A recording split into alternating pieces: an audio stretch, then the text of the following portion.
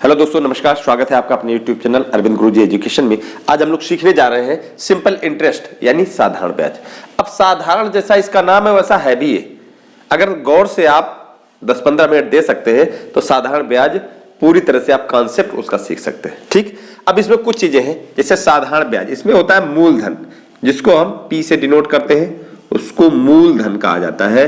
मूलधन क्या होती है? वो रकम जिस पर हमें ब्याज मिलना है या ब्याज देना है। ठीक, अगर हमने बैंक से उधार लिया है तो हमें ब्याज देना पड़ेगा। अगर आपने किसी को पैसा दिया है या बैंक में जमा किया है तो आपको ब्याज मिलेगा। तो वो जो मूल रकम होती है उसको P से डिनोट करते हैं। और R से दर, जो ब्याज दर होती है, कितने प्रतिशत पर ब्याज मिलना है या देना है, वो उसको R से रेट। ठीक है, T से डिनोट करते हैं टाइम को यानी समय।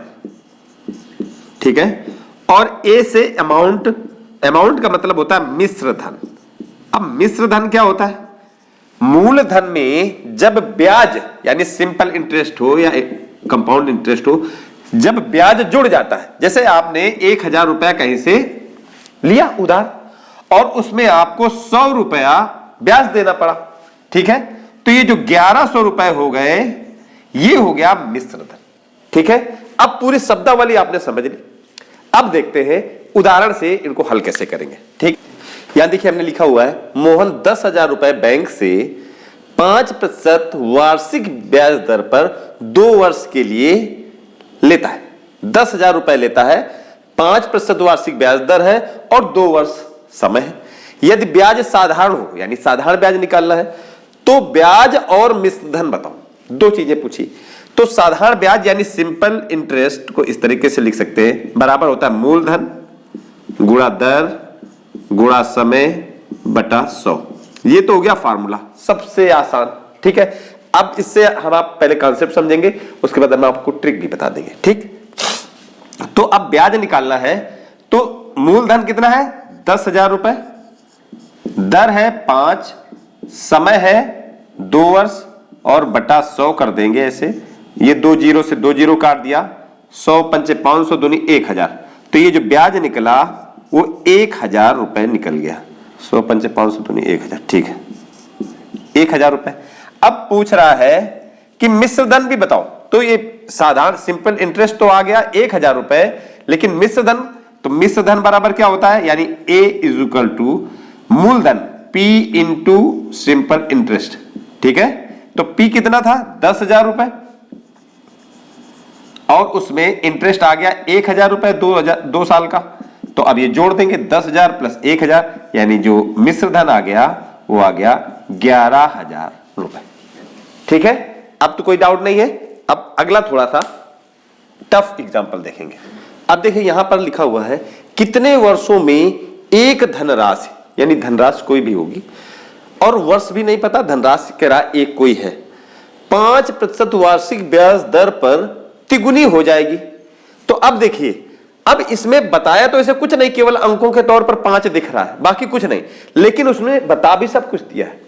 अब देखिए सबसे पहले हम देख लेते हैं मिश्र धन। ये जो मूलधन था, एक धनराशि वो मूलधन था और मिश्र धन तिगुनी हो जाएगी। तो हमें क्या पता है कि मिश्र धन बराबर क्या होता है? मूलधन प्लस ब्याज। ये पता है ना? तो मिश्र धन कितना है? मूलधन का 3 गुना। तो अगर यहां पर मूलधन है, मूलधन P है, समय T है और दर R है। दर तो दिया गया है, दर 5% है। ठीक है, तो अब हमें हर चीज पता हो सकती है। तो मिश्र धन क्या होता है? मूलधन प्लस ब्याज। तो मूलधन कितना है? P। ठीक है, मिश्र धन दिया गया इधर, सॉरी ये दिया गया है 3 गुना, तो P का 3 गुना हो जाएगा 3P। ये हो गया मिश्र धन। मूलधन, अब मूलधन P प्लस ब्याज। ब्याज क्या होता है? मूलधन गुणे दर गुणे समय। मूलधन गुणे दर गुणे समय, समय नहीं पता है तो R लिख दिया, या सॉरी T लिख देंगे बटे 100। ठीक है, इतनी चीज क्लियर हो गई। मिश्र धन कितना दिया गया है? 3 गुना हो जाता है पूरी रकम, यानी उसमें ब्याज भी जुड़ा हुआ है। और मूलधन P है, और ब्याज क्या होता है, ब्याज का फार्मूला है मूलधन गुणे दर गुणे समय बटे 100। अब इस P को इधर ले आओ, नहीं जोड़ घटाना करने में फालतू में बवाल बढ़ेगा, तो जब इधर ले आएंगे तो इसमें घट जाएगा, तो इधर बचेगा 2P इज इक्वल टू, अब इससे 5 20 100, 20 बार में ये कट गया, इधर बचा P इंटू टी अपॉन 20। ठीक है, अब इधर देखो दोनों चीजें गुणा में है, इधर भी दोनों चीजें 2 और P गुणा में, तो इस P से इस P को ऐसे भी काट सकते हैं, या चाहे T बराबर लिखोगे तो P नीचे चला जाएगा तब कट जाएगा। ठीक है, अब यहां पे क्रॉस मल्टीप्लाई करा देंगे, तो T इज इक्वल टू इसका T का 1 में T का गुणा हो गया और 20 का 2 में गुणा हो जाए, तो T इज इक्वल टू 40 आ गया। ये आ गए वर्ष। 40 वर्ष में एक धनराशि 5% वार्षिक ब्याज की दर से दुगनी हो जाएगी। ठीक है, ये चीज क्लियर हो गई। अब अगला उदाहरण देख लेते हैं। राम ने मोहन को 2 वर्षों के लिए 6500 रुपए और श्याम को 4 वर्षों के लिए 8000 रुपए समान ब्याज दर पर साधारण ब्याज पर दिए। ठीक है, बात समझ में आ गई। राम ने किसको किसको पैसे दिए, मोहन को और श्याम को। मोहन को दिए 2 वर्षों के लिए 6500 रुपए और श्याम को दिए हैं 4 वर्षों के लिए 8000 रुपए। ठीक है, समान ब्याज दर पर, यानी ब्याज दर समान है पर दिए दोनों से ब्याज के रूप में, और जो दोनों से ब्याज के रूप में रकम मिलती है वो 4500 रुपए। तो क्या प्राप्त हुए तो ब्याज दर बताओ। ठीक है, तो हम लिख लेते हैं यहां पे, इधर लिख लिया मोहन, ठीक है, इधर लिख लिया श्याम। अब इससे जो ब्याज मिलेगा, ब्याज कैसे काउंट करके, मूलधन गुणे दर गुणे समय बटे 100। तो मूलधन कितना था इधर 6500, दर नहीं पता तो R लिख देंगे, समय 2 वर्ष है बटा 100। ठीक है, प्लस यानी जो मोहन से ब्याज मिला और श्याम से ब्याज मिला उनको जोड़ देंगे तो 4500 आ जाएगा ना। ये बात समझ रहे हो ना। तो अब इसको कितना मिला था, मूलधन 8000 मिला, दर इसकी भी R है, समय इसका 4 वर्ष है बटा 100। ठीक है, थोड़ा थोड़ा हल्का कर देते हैं इसको। इस 2 जीरो से ये 2 जीरो काट दिए, इसके 2 जीरो से ये 2 जीरो काट दिए। ठीक है, अब अगले स्टेप में क्या करेंगे, ये बराबर हो गया 4500 रुपए के। ठीक है, ये मूलधन गुणे दर बटे सब, मूलधन गुणे दर गुणे समय बटे 100 ब्याज है ना, ये भी ब्याज है, दोनों का ब्याज जोड़ेंगे तो 4500 आ जाएगा। अब देखो ये 65 दूनी 130, 130 R इधर बचा, प्लस इधर 80 चौको 320, 320 R बराबर 4500। ठीक है, इन दोनों को जोड़ेंगे तो 320 में 130 जोड़ेंगे तो 450 आ जाएगा, 450 R बराबर 4500। एक जीरो इसका काट दिया, एक जीरो इसका काट दिया। अब यहां पर लिख देंगे R बराबर 45, R बराबर 450, तो R बराबर 450 बटा 45, तो 45 दाम 450 10। तो जो दर आ गई वो आ गई 10%, यानी उसने 10% पर मोहन को और 10% पर श्याम को दिया था। अब अगला उदाहरण देख लेते हैं। 10,640 रुपए का X वर्षों में 5% की दर से साधारण ब्याज 3724 रुपए होता है, तो X का मान बताओ। साधारण ब्याज पूछ रहा, साधारण ब्याज का फार्मूला आपको पता है, साधारण ब्याज बराबर क्या होता है, मूलधन, सीधे लिखना शुरू कर देते हैं। तो मूलधन कितना है 10,640 गुणे दर, दर दिया है 5, गुणे समय, समय नहीं पता उसकी जगह x दिया गया है। ठीक है, बटा 100, और साधारण ब्याज मिलता कितना है 3724। अगर ये हम सब कैलकुलेट करते हैं तो 3724 रुपए मिलते हैं। ठीक है, यही तो मतलब हुआ। तो अब इससे 5 20 100 इसको काट दिया, 20 से ये कट जाएगा, 20 पंचे 100, 20 3 60, 20 दूनी 40। ठीक है, ये कट गया। अब जब x बराबर लिखेंगे तो इधर जो चीजें x के साथ गुणा में है उधर भाग में चली जाएंगी, तो 3724 बटा 532। ठीक है, अब ये 4 से कट सकती है चीजें, 4 से कट जाएगी, 4 एकम 4, 4 3 12, फिर 4 3 12, ये कट गया, 4 नहीं 36, 1 बचा 12 हो गया, 4 3 12, 4 एकम 4, ठीक है। अब x का मान कैसे आएगा, 931 में 133 से भाग देंगे, तो 133 का भाग इसमें देंगे तो 7 बार में कट जाएगा। कैसे भाई, अब कहते हो ये 133 का पहाड़ हमको आता है क्या, नहीं आता है, लेकिन कॉमन सेंस तो है ही है जितनी आपके पास है। 7 बार में 100, 133 का पहाड़ा 7 बार पढ़ेंगे, पहले 100 का पढ़ेंगे 7 बार तो 700 आ जाएगा, ठीक है। 30 का पढ़ेंगे 7 बार तो 210 आ जाएगा, 3 7 21, और 3 का 7 बार पढ़ेंगे तो 21 आ जाएगा। अब इनको जोड़ दीजिए तो हो जाएगा 7 2 9 131, सिंपल।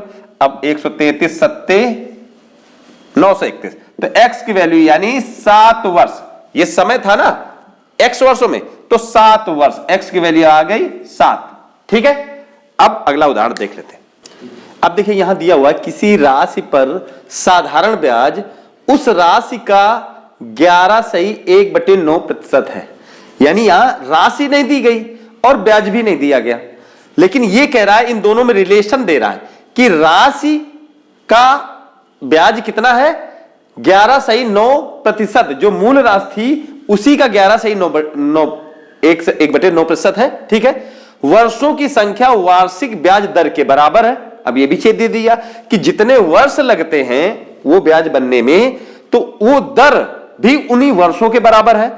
उसी दर पर 12,600 रुपए की राशि का 2.4/5 वर्ष का साधारण ब्याज बताओ। यानी हमें दर निकालना है, दर इससे निकालना है और उसके बाद इसका ब्याज बताना है, ठीक है। अब देखते हैं, जैसे हमें पता होता है कि मूलधन क्या होता है, मूलधन लिखते हैं हम लोग P से, ठीक है।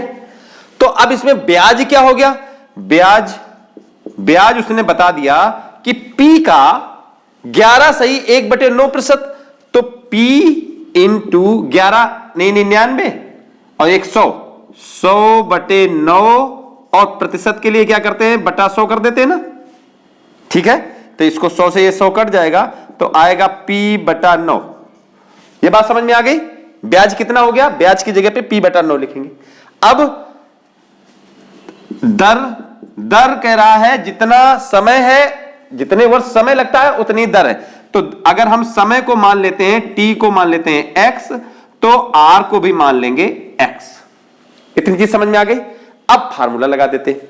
साधारण ब्याज बराबर क्या होता है, साधारण ब्याज यानी ये चीज, यानी P/9 इज इक्वल टू मूलधन गुणे दर x गुणे समय बटे 100। ये बात समझ में आ रही है। साधारण ब्याज ये निकला ना, मूलधन का 100/9%, ठीक है। तो ये निकाला गया प्रतिशत, तो P अपन साधारण ब्याज की जगह ये लिख दिया, मूलधन की जगह P, दर और समय सेम है, तो हम जो भी इसको मानेंगे तो सेम है मानेंगे। x दर को माना तो x समय को भी मान लिया, बटा 100, ये फार्मूला लगा दिया। अब क्या करेंगे, क्रॉस मल्टी, अब P से P को पहले हटा दो, कट जाएगा। क्रॉस मल्टीप्लाई कराएंगे तो इधर हो जाएगा x², इधर हो जाएगा 100/9, तो x की वैल्यू आएगी, x² है, इसका जब स्क्वायर रूट करेंगे तो इधर आ जाएगा x, और इन दोनों का स्क्वायर रूट करेंगे तो आ जाएगा 10/3। जो x आया यानी दर जो आई, इसमें दर चाहिए था, चाहे दर कह दो चाहे समय कह दो, दोनों 10/3 आया क्योंकि दोनों बराबर है, ठीक है। अब ये आ गया। अब हमें चाहिए क्या, अब अगला कह रहा है उसी दर पर, यानी जो दर पहले निकली, तो इसमें दर यही निकली ना, समय भी यही निकला है, उसी दर पर 12,600 रुपए की राशि का इतने वर्ष का, इसमें समय दिया, दर है केवल उसका इस्तेमाल करना, वर्ष का साधारण ब्याज। तो अब साधारण ब्याज यानी अब साधारण ब्याज जो निकालेंगे क्या हो जाएगा, मूलधन, मूलधन इसमें कितना दिया है 12,600, 12,600 गुणे दर, अब दर तो हमें पता चल गई ना, ये 10/3 है, तो 10/3 गुणे समय, समय इसमें दिया 5 दूनी 10, 4 14/5, 14/5 ये, और 10/3 ये इसका, ठीक है। और बटे 100, बटा में भी तो 100 होता है, तो ये 100 कर दिया। अब काट देंगे, ये 2 जीरो से ये 2 जीरो काट दिए, और 3 से कट जाएगा, 3 चौक 12, 3 दूनी 6, ये कट गया। 5 से इसको काट देंगे, 5 दूनी 10। अब 42 गुणा 2 गुणा 14 कर देंगे, तो क्या कर सकते हैं, पहले हम 14 के इसमें गुणा कर दें। 14 दूनी 28, 14 चौको 56 दुई 58, गुणा फिर से 2 कर दिया, 2 अट्ठे 16, 2 अट्ठे 16 1 17, 2 पंजे 10 1 11, 1176 रुपए। ये जो बाद में पूछा गया 12,600 रुपए की राशि का इतने 2/4/5 वर्ष का साधारण ब्याज, वो 1176 रुपए निकला। ठीक है, हमने कोशिश की है कि हर तरीके का एक एक सवाल आपको जरूर बताएं। अगर ये चीज आपको अच्छी लगे आप अपने दोस्तों के साथ शेयर करिए, अगर चैनल में नए हैं सब्सक्राइब करें। Thank you.